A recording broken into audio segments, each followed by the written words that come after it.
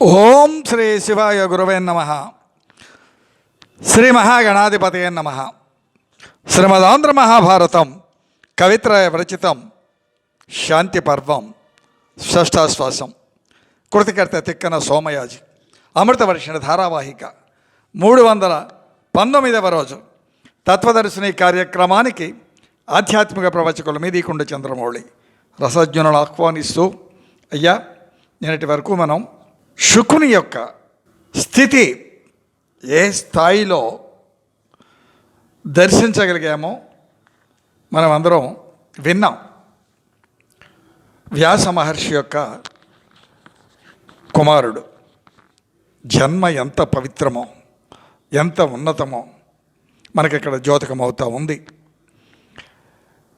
ఆ శుకుడు పంచభూతములలో లీనమైపోయాడు. అంత వ్యాస మహర్షి ఆ స్థితిని గాంచి సంతోషించాడు. ఆపై ఎంతైనా కొడుకు కదా, కొంత నొచ్చుకున్నాడు. కనపడకుండా వెళ్ళిపోయాడు కదా. తన పరిస్థితిని గమనించి సిగ్గుపడ్డాడు. ఎందుకంటే వ్యాస మహర్షి ఈయన గాంచినటువంటి ఆ దేవగానికలు అప్సరసర స్నానమాడుతూ జలకాలాడుతూ సిగ్గిల్లారు.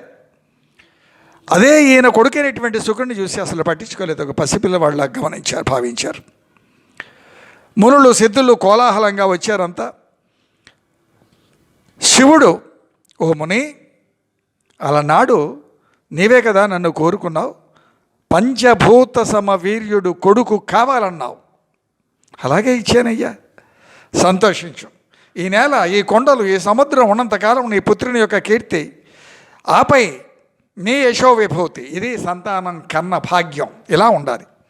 తరతరాలకు వీణులు విందై నిలిచే విధంగా ఉంటుందయ్యా అన్నాడు సాక్షాత్తు పరమేశ్వరుడు.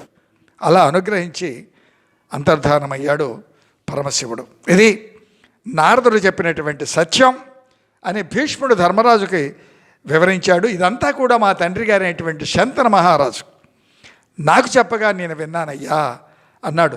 ఈ ఒక్క పదం ఏమర్థమవుతుందండి? తల్లిదండ్రులకు బిడ్డలకు ఏమి నేర్పాలి? ఈ కలియుగంలో ఎంతమంది ఇళ్లలో ఈ భారత భాగవత రామాయణ గీతాది గ్రంథాలు ఉన్నాయి పో, ఎంతమంది చదువుతున్నారు, ఎంతమంది తమ పిల్లలకు శుద్ధులు చెప్తా ఉన్నారు, చెప్పగలుగుతున్నారు? అసలు ఆ వాతావరణం ఉన్నదా? కనీసం ఈ ప్రవచనం ఎంతమంది వినగలుగుతున్నారు? విన్నవాళ్ళు ఎందుకు స్పందించలేకపోతూ ఉన్నారు అంటే వింటం లేదు. చాలామంది అభిజాత్యాలు కావచ్చు, యోగం భాషించకపోవచ్చు. నేను చెప్తున్నానని కాదంటే కాదు సుమా, రాముడు సాక్షిగా ప్రమాణపూర్వకంగా ఉన్నది ఉన్నట్టుగా కుండ బద్దలు కొట్టాలి. కాబట్టి కొంత ఆవేదన, ఆపై నివేదన. నారాయణుడు నారదుల యొక్క సంవాదం భీష్ముడు వివరిస్తూ ఉన్నాడు. నారాయణుడు అనే మునీంద్రుణ్ణి, ఈయన ఎక్కడున్నారు? ఆశ్రమంలో, బదరికా ఆశ్రమంలో. ఆ నారాయణ మునిని నారద మహర్షి దర్శించుకున్నారు. ప్రణమిల్లి ఆపై వినమ్రంగా, అయ్యా, మోక్ష సిద్ధికి ఆరాధనీయము ఏది? ఏమండి, వీళ్ళకి తెలవక ఈ ప్రశ్నలు పరిప్రశ్నలు సంధిస్తూ ఉన్నారా, లేకపోతే మన కొరక? ఆలోచించాలి సీతారాం అని అడిగాడు. అడిగితే సమస్తానికి అంతరాత్మగా వెలుగొందే తత్వం ఏదైతే ఉందో ఆ తత్వం అది ఒకటేనయ్యా, అదే ఆరాధనీయం. అంటే విశ్వాంతరాళముల జ్ఞాన ప్రభా రాసులు నింపినటువంటి సంస్కృతి సాంప్రదాయం వేదం ఏదైతే ఉందో అదే, ఆ తత్వమే, ఆ వెలుగే, ఆ జ్ఞానమే ఆరాధనీయం అన్నాడు నారాయణ ముని. లోకేశ, నీవు ధర్మశ్రీ కావలిగాగా అవతరించుట విద్య, లోకంబు సెప్పు అమ్మూలాకృతి ఎట్లుండునో దయాత్మకమూర్తి. అసలు ఆ మూల ఆకృతి, మూలతత్వం అది దర్శించాలని కోరుకుంటున్నాను. అది ఎలా ఉంటుందో దయతో వివరించవా హే జగన్నాయక? ఓ దయామయ, శ్రీ కావలి అనగా శ్రీ అంటే సాహిశ్రీ అమృతాసదం, ఐశ్వర్యము. ఏది నశించదో నశ్వరము కానిదే ఐశ్వర్యం, అది జ్ఞానం. 1,00,00,000 రూపాయలు ఉంటే ఇంకో 1,00,00,000 కోసం పరిగెడతాం. ఇది ఎవడో దోచుకుంటాడో నిద్ర ఉండదు. అదే జ్ఞానం పంచిన కొద్దీ పెరుగుతూ ఉంటుంది, తరుగనేది ఉండదు కదా. అది ఐశ్వర్యం. దాని యొక్క రక్షణ, అదే ధర్మరక్షణకై ఈ అవతారం ధరించావని విజ్ఞులు అంటూ ఉన్నారు. అంటే జ్ఞాన పరిరక్షణ నిమిత్తంగా. జ్ఞానం వల్ల ఏమొస్తుంది? ధర్మాచరణ. యథా యథా హి ధర్మస్య గ్లానిర్భవతి భారత చెప్తారాయన. అభ్యుద్ధానమధర్మస్యం తదాత్మానం సృజామ్యహం. నన్ను నేనే సృజించుకుంటానయ్యా అన్నాడు కదా. ఆ విధంగా ధర్మరక్షణకై ఈ అవతారం ధరించావని విజ్ఞులు అంటూ ఉంటారయ్యా. నీదైన మూలాకారం అసలు అది ఎలా ఉంటుందో కదా. మేము దర్శించేయన్ని నీ అనుగ్రహంతో ప్రాప్తించినవి మాత్రమే. కానీ నీ యొక్క మూల ఆకృతి ఏది, అసలు దాన్ని దర్శించాలనేటువంటిది ఏది కోరాలో అదే కోరాడు. శృతి పరతయు గురుభక్తియు మతిగల ఒక కొంత మన్నింపంగా పాత్రత గలిగినేని నా కొసంగు తదియాలోకనంబగు తెరంగు కృపన్. అయ్యా, నీ దయ ఉంటే ఏదైనా సాధ్యమే, నీ దయ లేకపోతే ఏది కూడా ప్రాప్తం ఉండదు. కాబట్టి వేదముల పట్ల నాకు నిష్ఠ ఉన్నది. శృతి పరత, గురువుల యందు భక్తి, గురుభక్తియు, వీటి మూలంగా ఏమాత్రం అర్హతలు నాకున్నా నీ మూలస్వరూపం దర్శించే విధానం దయతో నాకు ఎరంగించమా అని వేడుకుంటున్నాడు నారదుడు. ఎవరికి వారు ఆత్మ విమర్శ చేసుకొనవలసిన ప్రశ్న ఇది. అద్భుతమైన ప్రశ్న సంధించాడు మనందరికీ మన అంతరాత్మలను మనం ప్రశ్నించుకొనవలసినటువంటి ప్రశ్న నారదుడు స్వామిని అడుగుతూ ఉన్నాడు మనందరి పక్షాన. నారం దదాతి ఇది నారద, వరిష్టమైన జ్ఞానం కలిగినటువంటి వాడే నారదుడు కదా. ఆయన అడుగుతూ ఉన్నాడు, ఏమంటున్నాడు? వేదముల పట్ల నాకు నిష్ఠ ఉన్నది, గురువుల యందు భక్తి ఉన్నది. అంటే ముందు నిష్ఠ ఉండాలి, నమ్మకం ఉండాలి, ఆచరించే ప్రయత్నం ఉండాలి. అంతే తప్ప రామ రామ అంటే అన్నం దొరుకుతుందా? కళ్ళు నెత్తికెక్కిన తర్వాత ఇలాంటి ప్రశ్నలే. యావత్ సృష్టి రాముని యొక్క లీల, పరతత్వం రాముడే. నిన్న సీతా కళ్యాణం మరియు పట్టాభిషేకం చెప్పాను. దాంట్లో చాలా విచిత్రమైనటువంటి ప్రశ్నలు నేడు కొందరు సంధిస్తూ ఉంటే యూట్యూబ్లో సమాధానం పెట్టాను. రాముడు దశరథ తనయుడే రాముడు. ఎందుకని? ధర్మం ఎంత నిష్టగా ఉంటుంది పరమాత్మ ఆచరిస్తాడో మనకిక్కడ ద్యోతకం అవుతుంది రామావతారంలో. రామో విగ్రహాన్ ధర్మ మారీచుడు అంటాడు. ఎందుకన్నాడు అంటే రావణుడు ధర్మం యొక్క సూక్ష్మం గురించి చెప్తున్నాను. రావణుడు కేవలం నరుల వల్ల, నరుల వల్ల, దానవులకెన్నడూ ప్రమాదం లేదు, అంత తృణీకారం. దాన్నే సాకుగా తీసుకున్నాడు. మిగతా వాళ్ళు ఎవళ్ళ చేతిలో నాకు మరణం ఉండకూడదంటాడు. జయ విజయులే కదా వీళ్ళు వచ్చారు. ఆ సనత్ కుమార్ సనక సనందనాథుల శాపం వలన. కాబట్టి ఈయన పరిపూర్ణ మానవుడిగానే రావణుణ్ణి నిర్జించాడు. ఆపై మళ్ళీ దైవత్వం. కాబట్టి కళ్యాణ ఘట్టంలో ఏం చెప్పాలి? ఖచ్చితంగా దశరథుని యొక్క ప్రవరే చెప్పాలి, వంశ ప్రవర. మిగతాది చెప్పడానికి వీల్లేదు. ఇవన్నీ ధర్మ సూక్ష్మములు. చదివితే తెలుస్తుంది. రామాయణం ఒక శ్లోకం చదివితే కుదరదు. 10 సార్లు చదివాను, 24,000 శ్లోకాలు.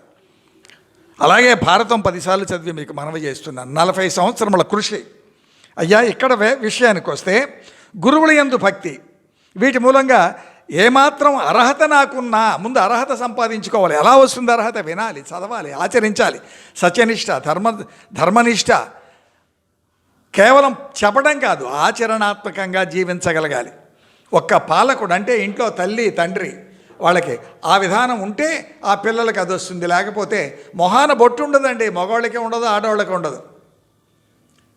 ఎవరన్నా నన్నదంతే మీరు వచ్చి నన్ను రక్షించాలి, మిమ్మల్ని దన్నేటప్పుడు నేను రాను. ఇది హైందవంలో ఈ స్థితికి దిగజారిపోవటానికి కారణం ఎవరికి వారు ఆత్మ విమర్శ చేసుకోవాల్సిన అవసరం ఉన్నదా లేదా స్పందించమనవి. వీటి మూలంగా ఏమాత్రం నాకు అర్హతలున్నా నీ మూల స్వరూపం దర్శించే విధానం, ఏ స్వరూపము దర్శించే అర్హత లేదు మనకు. ఇక మూల స్వరూపం ఎక్కడి నుంచి వస్తుందండి? నారదునంతట వాడు అంటున్నాడు, నీ మూల స్వరూపం దర్శించడానికి నాకు అర్హత ఉంటే ఎవరికి వారు వినండి. ఈ భారతం శాంతి పర్వం, ఇది ప్రామాణికం. ఇది వింటే ఇక నుంచైనా వినే ప్రయత్నం చేయండి విననటువంటి వాళ్ళు. దయతో కలిగించవయ్యా అన్నాడు నారదుడు. ఎవరికి వారు ఆత్మవిమర్శ అవసరం. అంతటి నారదుడే అలా పరిప్రశ్నిస్తే ఇక మనం ఎక్కడున్నాం? మన యోగ్యతలేమిటి? అవతారం అంటే ఏమిటి అసలు? దేన్ని అవతారం అనాలి? దాని యొక్క పూర్ణ తత్వం ఎలా ఉంటుంది? ధర్మ సంరక్షణార్థం. అసలు ధర్మం అంటే శ్రీ జ్ఞానం, అదే ఐశ్వర్యం, నాశము లేనిది, స్థిరత్వ ప్రాప్తిని ఇచ్చేటువంటిది జ్ఞానమే ఐశ్వర్యము. ధనకనక వస్తువాహన భోగభాగ్యాలు నిన్న నా దగ్గర ఉన్నాయి, రేపు మీ దగ్గరకు వస్తాయి, ఎల్లుండి ఇంకొకళ్ళ దగ్గరికి వెళ్ళిపోతాయి కదా. చంచలమైనది ఏది? అది ఐశ్వర్యం అనిపించుకోదు. అవసరార్థం ఉపయోగించుకునే సొమ్ము అయితే కావచ్చుగాక, అది ఏ సమాధి రోహణం. గొయ్యి తీసి గోతులో పెట్టి శ్వాసలు బంధించు, అది కూడా యోగం, గొప్ప స్థితియే. కానీ వాస్తవానికి సమాధి రోహణం ఏంటి? సర్వకాల సర్వావస్థలలో సత్యనిష్ట ధర్మనిష్ట మనకి అర్థమవటానికి ఉదాహరణ సత్యహరిశ్చంద్రుడు.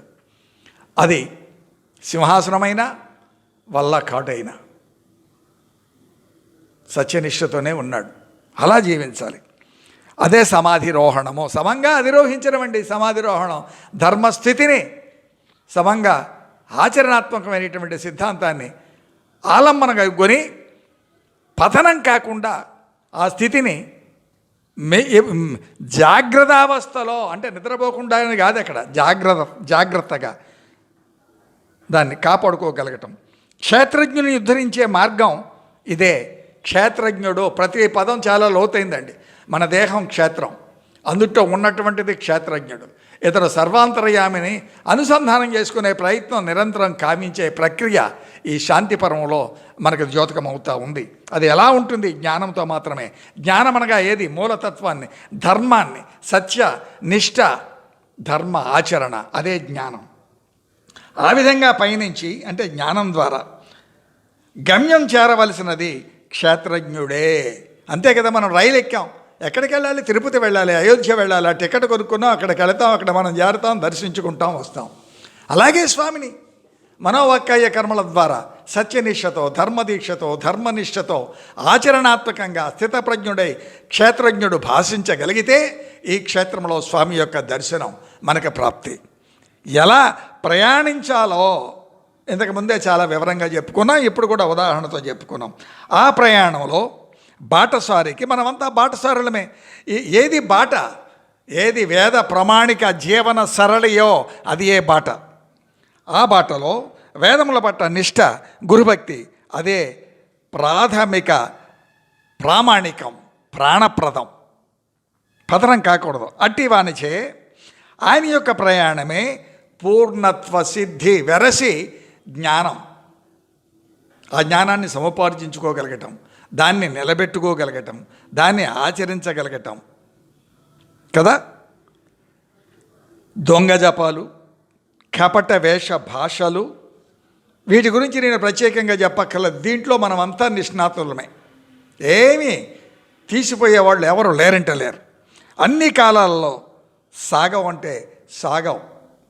కొంతకాలం మాత్రమే సాగితే సాగవచ్చేమో, సాగించుకుంటే సాగించుకుంటావేమో, ఆపై తప్పదు, పతనం తప్పదు. ప్రత్యక్ష ప్రామాణికంగా ఈ భారతావనిలో మన కళ్ళ ముందు జరుగుతున్న సంఘటనలు అనేకం. పాలనా వ్యవస్థలో పాలకులు ఎలా పతనమవుతున్నారో, పాలితులు ఎలా అవస్థల పాలవుతున్నారో ద్యోతకమవుతూనే ఉన్నది. నామజపం ఉద్ధరిస్తుంది. అన్ని కాలాల్లో నామజపం. మరి అందరూ పండితులే ఉండరు, అందరూ బాగా చదువుకున్న ఆయన మనకిచ్చినటువంటి ఓ సౌలభ్యం. పాండిత్యం సంపాదించుకోవాలి, చదవాలి, నేర్చుకోవాలి, ఆ బ్రాహ్మణ తత్వాన్ని పోషించాలి కదా. ఆ యజ్ఞం యాగం అవన్నీ నిర్వహించవలసిందే. అసలు ఏమీ చేతగాని వాడు ఉంటాడు, ఏదో చెట్టు కింద ఆ పశువులను కాసుకుంటూ చుట్ట తాగుతూ కూర్చొని ఉంటాడు. మరి వాడి పరిస్థితి ఏమిటి? స్వామి అపారమైనటువంటి కరుణ కదండి. ఆయన కూడా ఆవుల పశువులను కావిలి కాశాడు కదా, గోప బాలుడయ్యాడు కదా, ఎంత కరుణ ఆలోచించండి. సీతారాం నామజపం, రామ కృష్ణ గోవింద అచ్యుత ముకుంద మాధవ కేశవ జనార్దన పాహిమాం, ఏదో ఒక రామ రామ రామ రామ అనుకుంటాడు. సీతారాం సీతారాం, ఓం నమ శివాయ శివాయ నమ ఓం, ఓం నమ శివాయ, ఏదో తనకు నచ్చినటువంటిది ఓ నామం. ఆ విధంగా ఆ నామం ఏం చేస్తుంది? అవకాశాలు ప్రసాదిస్తుంది, ఉద్ధరిస్తుంది, అది సాధు జీవునిగా మారుస్తుంది. కాబట్టి అన్ని కాలాలలో దైవాన్ని విస్మరించి అభిజాత్యాలు ప్రదర్శించి వక్ర భాష్యాలు చెప్పిన ఫలాలు కలియుగంలో ప్రత్యక్షంగానే అక్కడ దర్శనమిస్తూనే ఉన్నాయి. ఇప్పుడే మనం చేసిన వ్యక్తుల పేర్లు తీయటం తప్పు, కాబట్టి ఆ స్థాయికి నేను దిగజారలేను. మనవి ఆదరించే ప్రార్థన, ఆత్మ విమర్శ అవసరం, విన్నందుకు అది ఫలం. స్వస్తి ప్రజాభ్య పరిపాలయంతాం న్యాయేన మార్గేణ మహిన్మహీష గోబ్రాహ్మణేభ్యో శుభమస్తు నిత్యం లోకా సమస్త సుఖినో భవంతు. ఏతే సర్వం శ్రీ సీతారామచంద్రచరణారవిందార్పణమస్తు. ఓం శాంతి శాంతి శాంతి. అయ్యా, శివాజ్ఞగా సమర్పించబడుతున్న ఈ కార్యక్రమాన్ని ఆదరించే ప్రార్థన, మాతల విన మనవి, గర్భస్థ శిశువులకు వినిపించే ప్రార్థన. గడప లోపల కులం గడప దాటితే హిందువులం ధర్మో రక్షిత రక్షిత. సీతారాం.